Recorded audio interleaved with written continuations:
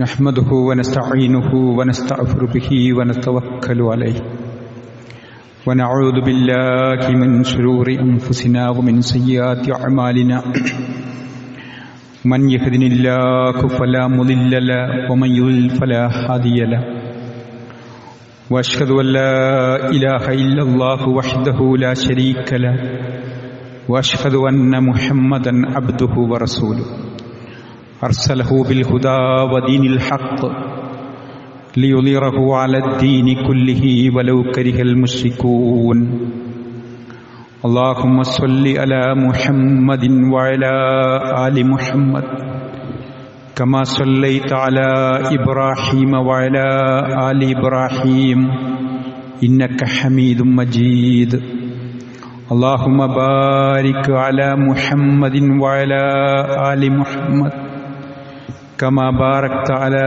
إبراهيم وعلى آل إبراهيم إنك حميد مجيد أما بعد فإن خير الكلام كلام الله وخير الهدي هدي محمد صلى الله عليه وسلم وشر الأمور محدثاتها وكل محدثة بدعة وكل بدعة ضلالة وكل ضلالة في النار يا أيها الذين آمنوا اتقوا الله حق تقاته ولا تموتن إلا وأنتم مسلمون يا أيها الناس اتقوا ربكم الذي خلقكم من نفس واحدة وخلق منها زوجها وبث منهما رجالا كثيرا ونساء واتقوا الله الذي تساءلون به والأرحام إن الله كان عليكم رقيبا يا أيها الذين آمنوا اتقوا الله وقولوا قولا سديدا يصلح لكم أعمالكم ويغفر لكم ذنوبكم ومن يطع الله ورسوله فقد فاز فوزا عظيما أعوذ بالله من الشيطان الرجيم إن ربك لبالمرصاد സത്യവിശ്വാസികളെ വിശ്വാസിനികളെ നമ്മെല്ലാവരെയും സൃഷ്ടിച്ച് പരിപാലിച്ച് സംരക്ഷിക്കുന്ന റബ്ബിൻ്റെ മുമ്പിൽ നമ്മെ ഓരോരുത്തരെയും ഒരുമിച്ച് ചേർത്ത് സകലമാന കർമ്മങ്ങളെക്കുറിച്ചും വിചാരണ ചെയ്യുന്ന പരലോകത്തെ ഭയന്ന് രഹസ്യജീവിതവും പരസ്യജീവിതവും വിശുദ്ധ ഖുർആനും പ്രവാചകചര്യയും അടിസ്ഥാനമാക്കി ശുദ്ധമാക്കണമേ എന്ന് എന്നോടെന്നപ്പോൾ നിങ്ങളോടും ഓർമ്മപ്പെടുത്തുകയാണ്, ഉപദേശിക്കുക. അല്ലാഹു തആല സൂക്ഷ്മത പാലിച്ച് ജീവിക്കുന്ന നല്ല മനുഷ്യരിൽ നമ്മെയും കുടുംബത്തെയും ഉൾപ്പെടുത്തി അനുഗ്രഹിക്കുമാറാകട്ടെ.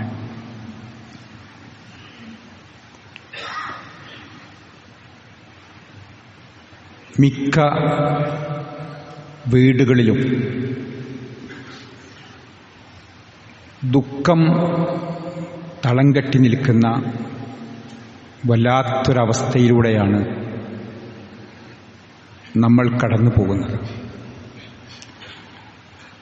ഒരു നല്ല കുടുംബ സാഹചര്യത്തിലും അഭിമാനത്തിലുമൊക്കെ ജീവിക്കുന്ന വിശ്വാസികളായ നമ്മെ സംബന്ധിച്ചിടത്തോളം ഭീതിജനകമായ ഒരുപാട് ഭയപ്പാടിൻ്റെ അവസ്ഥ ഇന്ന് വീടുകളിൽ ഒരു നല്ല കുടുംബത്തിൻ്റെ എല്ലാം നഷ്ടമാകാൻ, മാനം പോകാൻ, ഒരു കുട്ടി പ്രശ്നമുണ്ടായാൽ മതി, ലഹരിയുമായി ബന്ധപ്പെട്ട എന്തെങ്കിലും പ്രശ്നങ്ങളോ വല്ല അഫെയറുമായി പ്രേമവുമായി ബന്ധപ്പെട്ട വിഷയങ്ങളോ അതല്ലെങ്കിൽ മറ്റു പല പീഡന കേസുകളോ മറ്റു പ്രശ്നങ്ങളോ ഒക്കെ ആയി ബന്ധപ്പെട്ടുള്ള ഇഷ്യൂസോ, മോഷ്ടിക്കലും മറ്റു കാര്യങ്ങളുമായി ബന്ധപ്പെട്ടുകൊണ്ടോ എന്തെങ്കിലും ഒരു പ്രശ്നമുണ്ടായാൽ ആ കുട്ടി അല്ലെങ്കിൽ ആ വ്യക്തി കാരണം പിന്നെ വീട്ടിലൊക്കെ എല്ലാവർക്കും ഒരു ഭയമായി, ആ ഒരാൾക്ക്, ആ ഒരു കുടുംബത്തിന് നേരെ ഒരു കല്യാണത്തിന് പോലും, ഒരു സൽക്കാരത്തിന് പോലും പോകാൻ പോലും പ്രയാസമാകുന്ന ദുരന്തപൂർണമായ കാഴ്ച ഇന്ന് ധാരാളം വർദ്ധിക്കുന്നു. ഇവിടെയാണ് ഇതിനേക്കാളേറെ പ്രശ്നകലുഷിതമായ ജാഹിലിയ കാലഘട്ടം, അന്ന് കള്ളും വ്യഭിചാരവും കൊലപാതകവും വീറും വാശിയും പോരും നിസ്സാരമായ കാര്യത്തിനു വേണ്ടി ഗോത്രങ്ങൾ തമ്മിൽ, അതേപോലെ ഒരു ഒട്ടകം ബോർഡർ മാറി വെള്ളം കുടിച്ചതിന്റെ പേരിൽ വരെ വാളെടുത്ത് ഭാര്യ വീട്ടിൽ നിന്ന് ഭർത്താവ് ഇറങ്ങിപ്പോകുമ്പോൾ തിരിച്ച് അന്നിന്റെ കാലത്ത് എല്ലാരിലും മുമ്പൊക്കെ മലപ്പുറത്തുള്ളവരൊക്കെ കയ്യിലൊരു അരയിലൊരു കത്തിയൊക്കെ തിരികെ വെച്ചതുപോലെ വാളും പരിചയമൊക്കെ എല്ലാവരും എടുത്തുണ്ടല്ലോ അന്ന്. ആ നാട്ടിലങ്ങനെയാണല്ലോ ആ കാലം. അങ്ങനെ തിരിച്ച് വരുമ്പോൾ ഈ വാൾ ഊരി നോക്കിയിട്ട് അതിന്മേൽ ചോര കാണാഞ്ഞാൽ ഭർത്താവിനെ ചീത്ത പറഞ്ഞ് ഒരാളെങ്കിലും ശരിയാക്കാതെ എന്തിനാണ് പോന്നത് എന്ന് വരെ ചോദിച്ചാൽ അത്രക്ക് അധപ്പതിച്ച ആ ഒരു അപമാനിതരായി പ്രശ്നകലുഷിതമായി കഴിഞ്ഞ അവിടേക്ക് ഹുവല്ലദീ ബഅസ ഫിൽ ഉമ്മിയീന റസൂലൻ മിൻഹും, നിരക്ഷരനായ ആ പ്രവാചകൻ സല്ലല്ലാഹു അലൈഹി വസല്ലം യത്ലു അലൈഹിം ആയാത്തി, വിശുദ്ധ ഖുർആന്റെ ആയത്ത് അവർക്കങ്ങനെ ഓതി കേൾപ്പിച്ചിട്ട് വയുസക്കിഹിം, അവരെ സംസ്കരിച്ചെടുത്ത് വയുഅല്ലിമുഹുൽ കിതാബ വൽ ഹിക്മ, അവർക്ക് കിതാബും ഹിക്മത്തും പഠിപ്പിച്ചു കൊടുത്ത് വൈൻ കബുലു ലഫീ ദലാലിൻ, അതിന്റെ മുമ്പ് അവർ വ്യക്തമായ വഴികേടിൽ, ആ വ്യക്തമായ വഴികേടിന് ഏറ്റവും ഉന്നതരായ ആളുകളായി മാറിയത് അവരോടാദ്യം ലഹരി ഉപയോഗിക്കരുത് എന്നോ വ്യഭിചരിക്കരുത് എന്നോ അങ്ങനത്തെ ഒന്നുമല്ല നബി സല്ലല്ലാഹു അലൈഹി വസല്ലം പറഞ്ഞത്. മാത്രവുമല്ല, ലോകത്ത് ലഹരി നിർത്താനുള്ള മരുന്ന് കണ്ടെത്തിയിട്ടില്ല എന്നതാണ് വാസ്തവം. ലഹരിയുടെ ആസക്തി കുറക്കാനും അതുമായി ബന്ധപ്പെട്ട് വിറയലും പ്രശ്നങ്ങളും ഫിക്സളകലുമൊക്കെ ഉണ്ടാകുന്ന ആളുകൾക്ക് അത് മാറാനും അങ്ങനത്തെ ഒക്കെ മെഡിസിൻ ഉണ്ട് എന്നല്ലാതെ നിർത്താനുള്ളൊരു മരുന്ന് ലോകത്തില്ല. എന്നാൽ ലോകത്തിന് എന്നും ഓർക്കാൻ, അതെ, പടച്ചവനെപ്പറ്റി ഇന്ന റബ്ബക ലബിൽ മിർസ്വാദ്, പതിയിരുന്ന് പടച്ചവൻ വീക്ഷിക്കുന്നുണ്ട്. മാ യൽഫിളു മിൻ ഖൗലിൻ ഇല്ലാ ലദൈഹി റഖീബുൻ അതീദ്, സശ്രദ്ധം നിരീക്ഷിക്കുന്നവർ രേഖപ്പെടുത്താതെ ഒരു വാക്ക് ഉരുവിടില്ല എന്നുള്ള യഅലമു ഖായിനത്തൽ അഗ്യുനി വമാ തുഫി സുദൂർ, ഹൃദയത്തിൽ മറച്ചു വെച്ചതും കണ്ണിന്റെ കട്ടുനോട്ടവും അറിയും. ഇതെല്ലാം വവജദു മാ ഹമിലു ഹാലിറ, പരലോകത്ത് അതേപടി ഹാജരാക്കും. ഇതങ്ങട്ട് ബോധ്യപ്പെടുത്തിയപ്പോൾ പടച്ചവനാരാണ്, ആ റബ്ബിനെ കുറിച്ച് കൃത്യമായി ബോധ്യപ്പെടുത്തുകയും പരലോകം സത്യമാണെന്ന് അവരോട് ഇത്രയും അധാർമികതയിൽ, ഇത്രയും വൃത്തികേടിൽ ജീവിച്ച അവരോടങ്ങട്ട് പറഞ്ഞപ്പോ, അതെ, അതങ്ങട്ട് ബോധ്യപ്പെടുത്തിയപ്പോ അവരാരായി? എല്ലാം ഉപേക്ഷിക്കപ്പെട്ട് ഫലൻതുമുൻതഹൂൻ, നിങ്ങൾ വിരമിക്കുന്നില്ലേ എന്ന് ചോദിക്കേണ്ട താമസം അവർ അത്രക്ക് കുടിച്ച് തിമർത്താടിയ ഇബ്നു അബ്ബാസ് റളിയല്ലാഹു അൻഹു വലിയ അബ്കാരി കോൺട്രാക്ടറാണ്. ആ ബീപ്പകളെല്ലാം തച്ചുടച്ച് പുഴയൊഴുകിയ ചരിത്രം നമ്മൾ കേട്ടവരാണ്. അതെ, ആ കുടിച്ചവർ ഈ ആയത്ത് കേട്ടപ്പോഴേക്ക് വായിലേക്ക് കൈയിട്ട് കുടിച്ച കള്ള് ഛർദിച്ച് കളയുകയും എന്നിട്ട് ആ ഒഴുകുന്ന ആ മദ്യത്തിന്റെ അതിലൂടെ അവിടെ ഒരു മുന്തിരി, ആ വള്ളി, അതിമന്നിങ്ങനെ ഈ വീര്യം വലിച്ചെടുത്തതിന്റെ ആ ഒരു കായ അത് തിന്നാൻ പറ്റുമോ എന്നിവരെ ചോദിക്കുമാർ മാറിയവർ ജീവിതത്തിൽ ഒരൊറ്റ സഹാബിയും തിരിച്ച് മദ്യം കഴിച്ചതായിട്ട് ചരിത്രത്തിലില്ല. എന്ന് പറഞ്ഞാൽ റളിയല്ലാഹു അൻഹും വറളു അൻഹും, അല്ലാഹ് അവരെ തൃപ്തിപ്പെട്ടു, അവർ അല്ലാഹനെയും തൃപ്തിപ്പെട്ടു എന്ന ആ ഒരു മാറ്റത്തിന് വിധേയമായ അത്രക്ക് മാറിയ ഒരു ചരിത്രം നമ്മുടെ മുമ്പിൽ. എന്നിട്ട് ഇന്നിന്റെ ഈ ഭീതിജനകമായ കുടുംബാന്തരീക്ഷം, ഇത്രയും പ്രശ്നങ്ങൾ ഉണ്ടാകുമ്പം ഇവിടെ നമ്മൾ ഉൾക്കൊള്ളേണ്ടുന്ന ഒരുപാട് കാര്യങ്ങളില്ലേ? യഥാർത്ഥത്തിൽ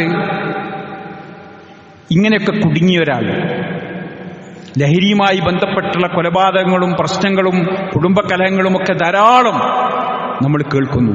പക്ഷെ ഇവർക്ക് മോചിതമാകാൻ, ഇതിൽ കുടുങ്ങിയവർക്ക് രക്ഷപ്പെടാനുള്ളൊരു വഴി നമ്മൾ പറഞ്ഞു കൊടുക്കേണ്ടതില്ലേ? യഥാർത്ഥത്തിൽ അത് പറയുമ്പോൾ, അവർക്കതിന് രക്ഷപ്പെടാനുള്ള വഴി പറയുമ്പോൾ അവർക്ക് പറയാനുള്ള എന്താ? തിരിച്ച് ഞാൻ ഇങ്ങനായിപ്പോയി, ഇനി എനിക്ക് രക്ഷയില്ല എന്നാണ് മിക്കവർക്കും പറയാൻ. അതായത് ഒരു തിന്മ സംഭവിച്ച ഒരാൾ, ആ തിന്മ സംഭവിച്ച ഒരാൾ പിന്നെ നന്മ ചെയ്യാതിരിക്കുക. ഒരാൾ എന്തെങ്കിലും ഉപയോഗിച്ചു പോയാൽ, എന്തെങ്കിലും അഫെയറിൽ പെട്ടുപോയാൽ, പിന്നെ എന്തായി, എന്തെങ്കിലും പ്രശ്നത്തിൽ പെട്ടാൽ പിന്നെ അദ്ദേഹം, ആ ഒരു വ്യക്തി നന്മ ചെയ്യൽ ഒഴിവാക്കുക.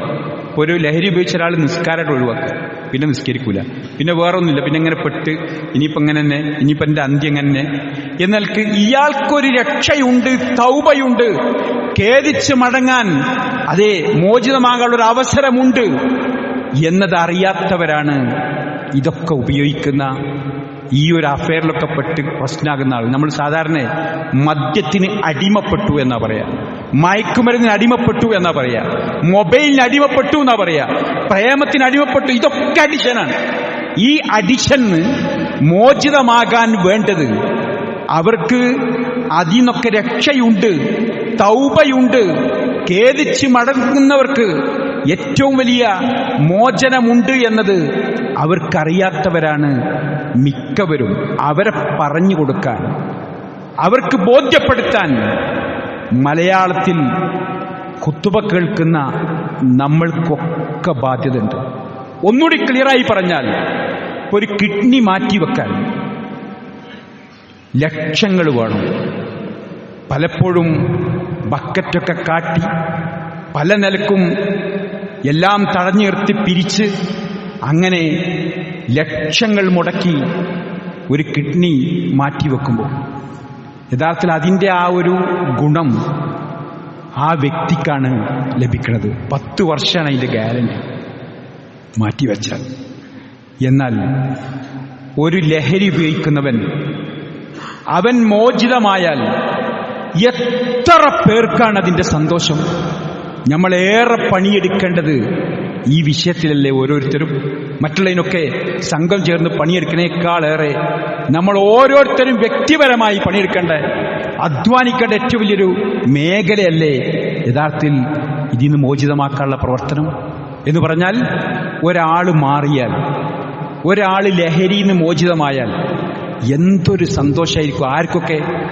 അയാളെ മാതാപിതാക്കൾ, ആ മാറുന്ന വ്യക്തിയുടെ മാതാപിതാക്കള്, അവരുടെ മാതാപിതാക്കളുടെ ഏട്ടനനിയന്മാര്, അവരുടെ മക്കള്, ഇപ്പുറത്ത് ഭാര്യന്റെ മാതാപിതാക്കള്, ഭാര്യന്റെ കുടുംബങ്ങള്, ഇങ്ങനെ കൂട്ടിയാൽ 10, 40, 50 പേരെങ്കിലും ഒരാൾ മാറിയതിന്റെ സന്തോഷവും അതിന്റെ ആഹ്ലാദവും, അതേപോലെ അതിൻ്റെ ആ ദുഃഖത്തിൽ നിന്നുള്ള കണ്ണിരുന്ന കരകയറുന്ന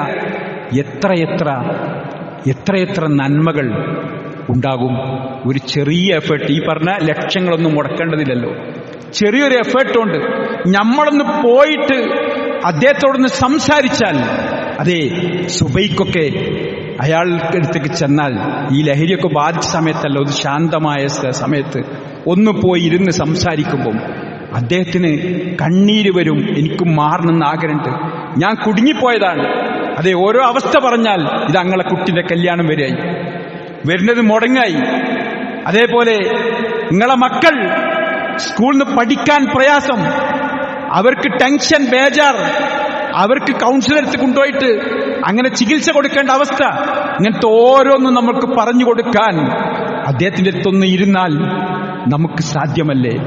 അങ്ങനെ അയാളെ നേരിന്റെ പാതയിലേക്ക് നയിക്കാൻ. ഇനി എനിക്ക് മാറാൻ പ്രയാസാണ്, അടുത്ത നേരം കിട്ടാഞ്ഞാൽ എനിക്ക് വിറ വരും, പ്രശ്നം വരും എന്ന് പറയുന്നവർക്ക് അതിനുള്ള ഡിഅഡിക്ഷൻ സെന്ററും സംവിധാനങ്ങളും അവിടേക്ക് കൊണ്ടുപോയി അവരെ ചെറിയൊരു എഫേർട്ടോട്, ചെറിയൊരു പൈസ മുടക്കിക്കൊണ്ട് ചികിത്സിച്ച് അദ്ദേഹത്തെ ഭേദമാക്കിയാൽ ഇത്ര പേര് സന്തോഷിക്കുന്ന അവസ്ഥ ഉണ്ടാകില്ലേ?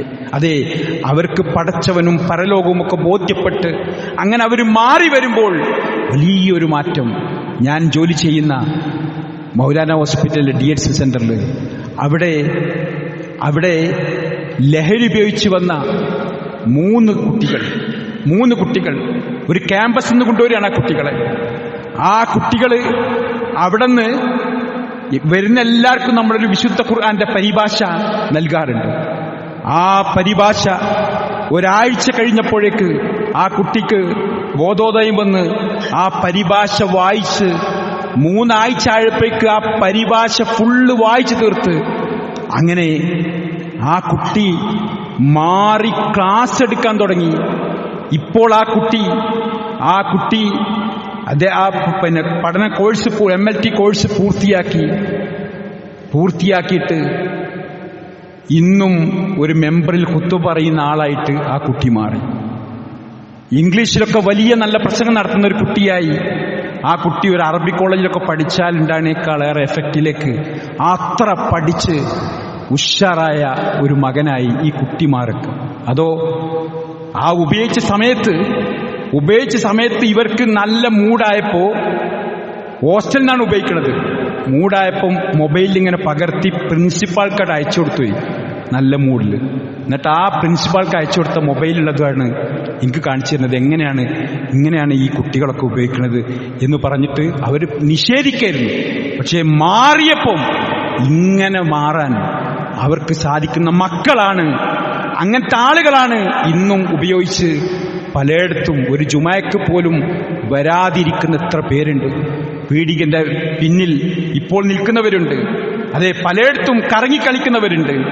അഥവാ വെള്ളിയാഴ്ച ദിവസം ഉപയോഗിക്കാത്ത ചിലരുമുണ്ട്. കാരണം വെള്ളിയാഴ്ച ജുമാല്ലേ എന്ന് വിചാരിച്ചിട്ട് അത് ഉപയോഗിക്കാതെ അങ്ങനെ അന്ന് നിൽക്കുന്നവരുണ്ട്, കഴിഞ്ഞിട്ട് തുടങ്ങുന്നവരുണ്ട്. ഇവിടെയൊക്കെ നമുക്ക് ഓരോരുത്തർക്കും ബാധ്യത ഏറി വരികയാണ്. മാത്രമല്ല, ഈ ഒരു മാനസിക രോഗി വീട്ടിലുണ്ടായാൽ ഭയക്കുന്നതിനേക്കാൾ ഭയമാണ് ഒരു ലഹരി ഉപയോഗിക്കുന്ന ഒരാൾ വീട്ടിലുണ്ടായാൽ. അതെ, ഒരു ലഹരി ഉപയോഗിക്കുന്ന ഒരാൾ വീട്ടിലുണ്ടായാൽ ഓർത്തുക്കുങ്ങൾ, അദ്ദേഹം ഇങ്ങോട്ട് വീട്ടിലേക്ക് വരുമ്പം പേടിയാകുന്നു, ഭാര്യയ്ക്ക് കൂടെ കിടക്കാൻ പേടിയാകുന്നു, മക്കൾക്ക് ഭയമാകുന്നു. അങ്ങനെ നല്ല മൂഡിലയാൾ രാത്രി എഴുന്നേൽക്കുമ്പോൾ ഇപ്പുറത്തുനിന്ന് ലൈറ്റൊക്കെ ഇടുമ്പോഴേക്ക് ഉമ്മക്കുപ്പക്കുപ്പുറത്തെ റൂമിൽ നിന്ന് പേടിയാകുന്നു. ഉറങ്ങാത്ത രാത്രികൾ. അതെ, അങ്ങനെ രാത്രി അയാൾ വീണ്ടും വണ്ടിയെടുത്ത് പോകുന്നു, ബൈക്കോ കാറോ എടുത്ത് പോകുന്നു. അപ്പോൾ അതിനേക്കാൾ ബേജാറ്, പുറത്തേക്ക് പോയാലും ബേജാറ്, ഇടിക്കോ പ്രശ്നമാകോ. ഇങ്ങനെ പേടിച്ചുരുകി കഴിയുന്ന എത്ര വീടുകളാണ് ഇന്നുള്ളത്.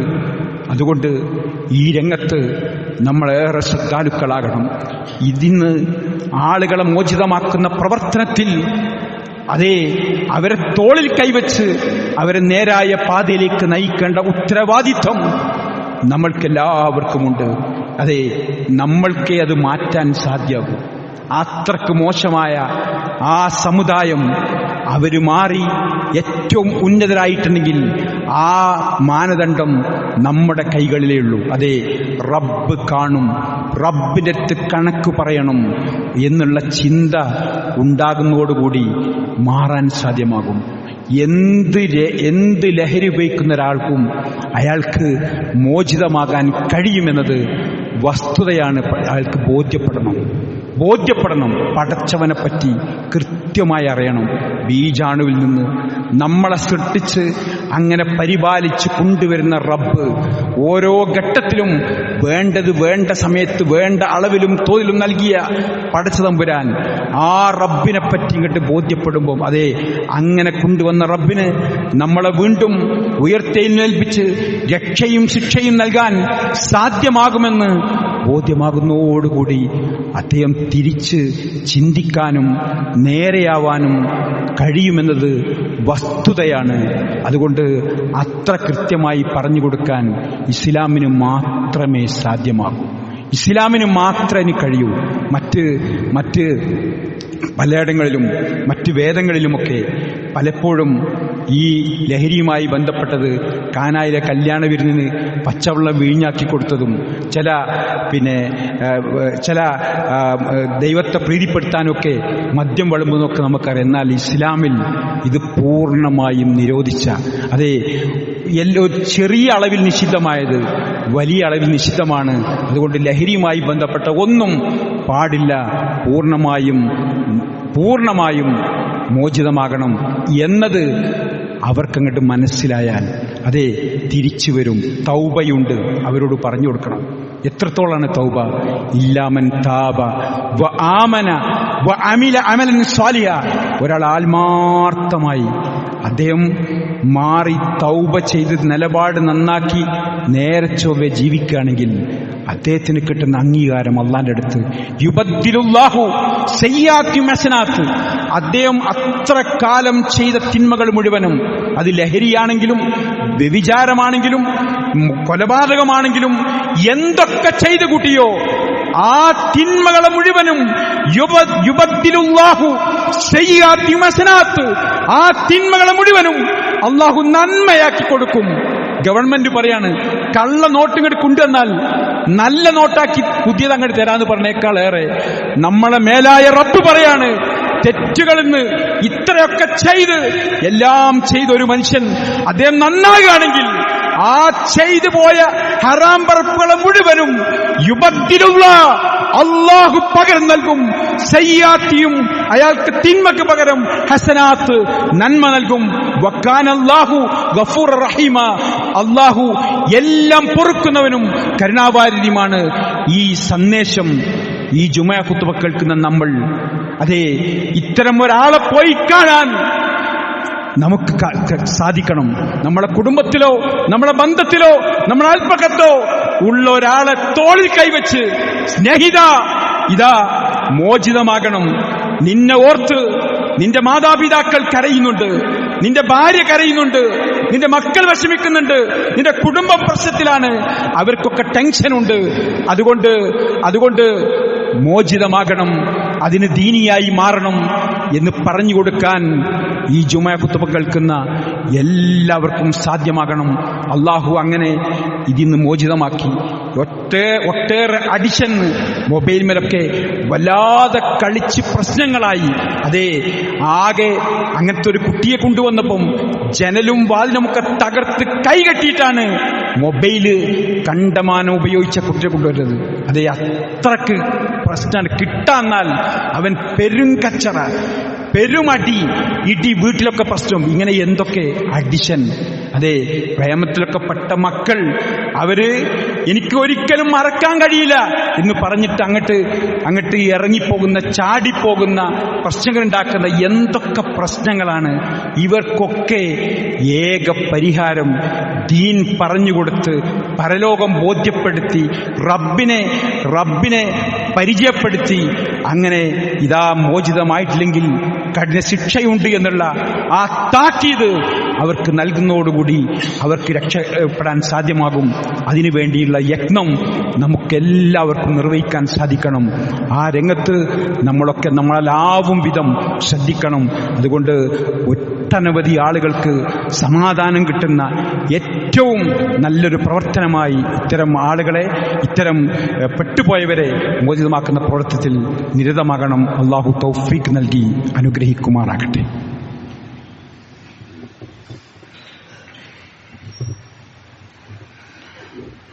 അൽഹംദുലില്ലാഹ് അല്ലദീ ഹദാനാ ലിഹാദാ വമാ കുന്നാ ലിനഹ്തദിയ ലൗലാ അൻ ഹദാനല്ലാഹ്. അല്ലാഹുമ്മ സ്വല്ലി അലാ മുഹമ്മദിൻ വഅലാ ആലി മുഹമ്മദ്. അയ്യുഹന്നാസ് ഇത്തഖുല്ലാഹ ഹഖ തുഖാതിഹി വലാ തമൂതുന്ന ഇല്ലാ വഅൻതും മുസ്ലിമൂൻ. ഒരിക്കൽ കൂടി അള്ളാഹുവിൻ്റെ നിയമനിർദ്ദേശങ്ങൾ ജീവിതത്തിലുടനീളം പാലിക്കണമേ എന്ന് എന്നോടൊന്നപ്പോൾ നിങ്ങളോട് ഓർമ്മപ്പെടുത്താണ്, ഉപദേശിക്കുകയാണ്. അള്ളാഹു തൗഫീഖ് നൽകുമാറാകട്ടെ. ലഹരിയൊക്കെ തുടങ്ങിക്കഴിഞ്ഞാൽ ഈ തുടക്കം ഞാൻ പലപ്പോഴും ഇതുമായി ബന്ധപ്പെടുന്ന ഒരാളുകൾക്ക് ഞാൻ ചോദിക്കുമ്പോൾ, ആദ്യം തുടങ്ങിയത് എന്നാന്ന് ചോദിക്കുമ്പോൾ അവർക്ക് പറയാനുള്ളത്, ഫസ്റ്റ് തുടക്കം സ്കൂളിൽ നിന്നിങ്ങനെ യൂത്ത് ഫെസ്റ്റിവലിന്റെ സമയമാണല്ലോ ഇപ്പോൾ. ആ യൂത്ത് ഫെസ്റ്റിവലിന്റെ അന്ന് കുട്ടികളോട് കൂടി അപ്പുറത്തേക്ക് പോയിട്ട് വലിച്ചതാണ്. വേറെ ചില ആളുകൾ പറയുന്നത്, കുട്ടികൾ പറയുന്നത് ടൂറിന്റെ അന്നാണ് തുടങ്ങിയത്. മറ്റ് ചില കുട്ടികൾ തുടക്കം പറയുന്നത് ന്യൂ ഇയറിന്റെ അന്നാണ്. വേറെ ചില കുട്ടികൾ ഓണം, പെരുന്നാള്, ഇങ്ങനെ പുറത്തേക്ക് പോകാനുള്ള ഒരു സാഹചര്യം, വേണ്ടത്ര ശ്രദ്ധിക്കാൻ ആളില്ലാത്ത ഒഴിഞ്ഞ സ്ഥലം, ഇതൊക്കെ കിട്ടിയപ്പോഴാണ് തുടങ്ങിയത്. വേറെ കുറെ ആളുകൾ ഒഴിവുള്ളവരാണ് ഏറ്റവും കൂടുതൽ ഇതിൽപ്പെട്ടത്. എന്ന് പറഞ്ഞാൽ മുമ്പൊക്കെ നമ്മുടെ നാട്ടിലെ എംസാൻഡൊക്കെ വരുന്ന മണൽ വാരുന്ന ആൾക്കാരുണ്ടല്ലോ, അവർക്ക് രാവിലെ ഒരു 3 മണി 4 മണിക്ക് സുബഹിന്റെ മുമ്പ് ഇറങ്ങി ഒരു 6 മണി 7 മണിയാകുമ്പോഴത്തേനും പണി കഴിഞ്ഞു. പിന്നെ ഒരു 500 രൂപ വീട്ടിൽ കൊടുത്താൽ ഒന്നും പറയില്ല.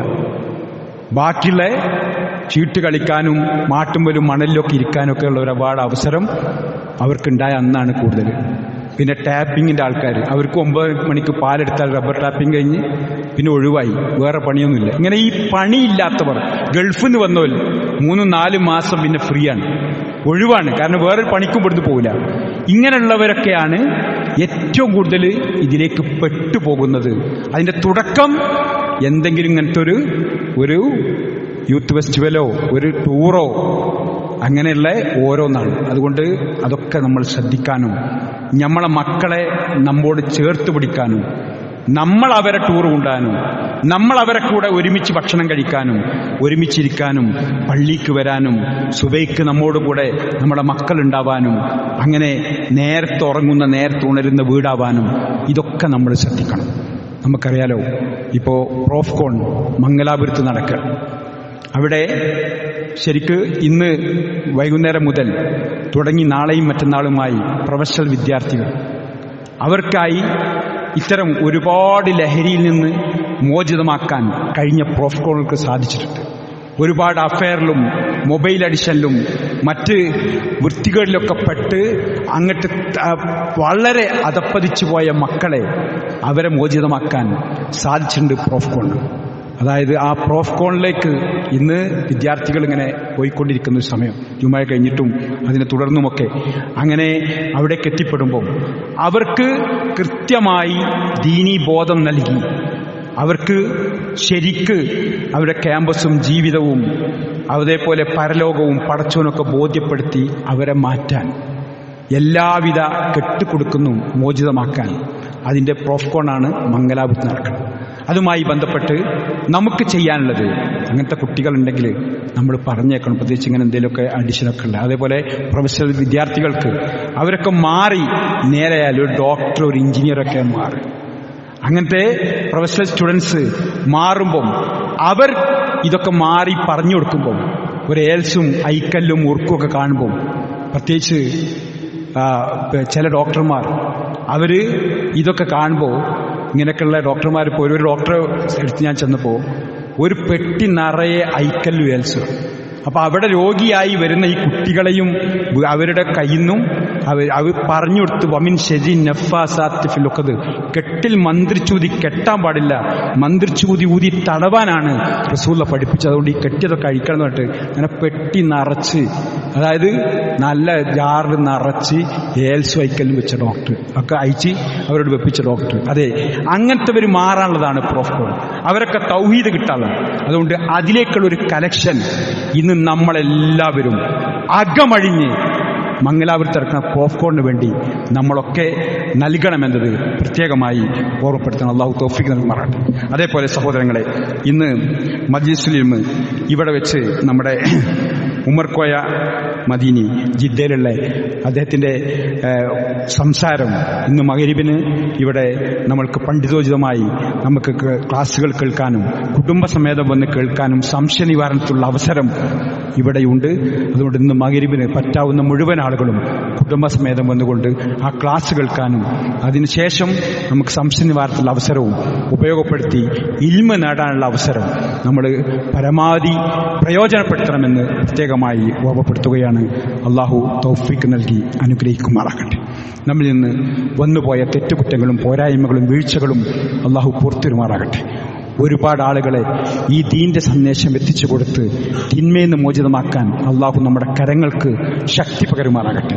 ഇവിടെ ഈ ജുമാക്ക് കൂടിയ ഒരാളും ഒരു ഉള്ളി തിന്ന് പോലും പള്ളിയിലേക്ക് വരരുതെന്ന് പറഞ്ഞാൽ ഒരു സിഗരറ്റോ ഒരു ആൻസോ ഒരു രഹസ്യമായി ഒന്ന് പിന്നോട്ട് മാറി വെക്കുന്ന ഒരവസ്ഥയുള്ള ആരെങ്കിലും ഉണ്ടെങ്കിൽ അത് ഇന്ന് അതിനൊക്കെ നിർത്തി റബ്ബ് കാണും.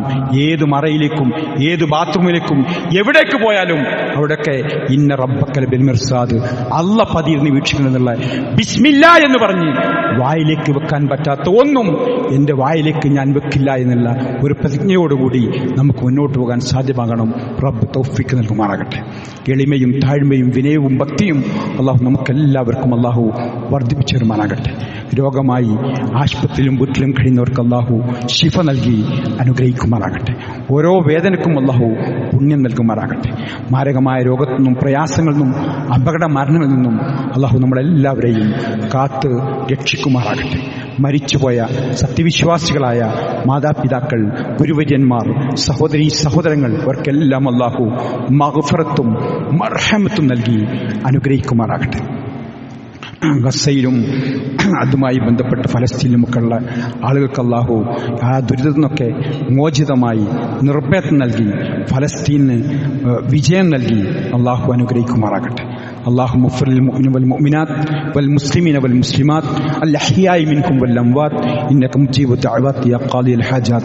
اللهم أجرنا من النار. اللهم أعز الإسلام والمسلمين وأذل الشرك والمشركين. ربنا هب لنا من أزواجنا وذرياتنا قرة أعين واجعلنا للمتقين إماما. ربنا آتنا في الدنيا حسنة وفي الآخرة حسنة وقنا عذاب النار والحمد لله رب العالمين. اللهم صل على محمد وعلى آل محمد.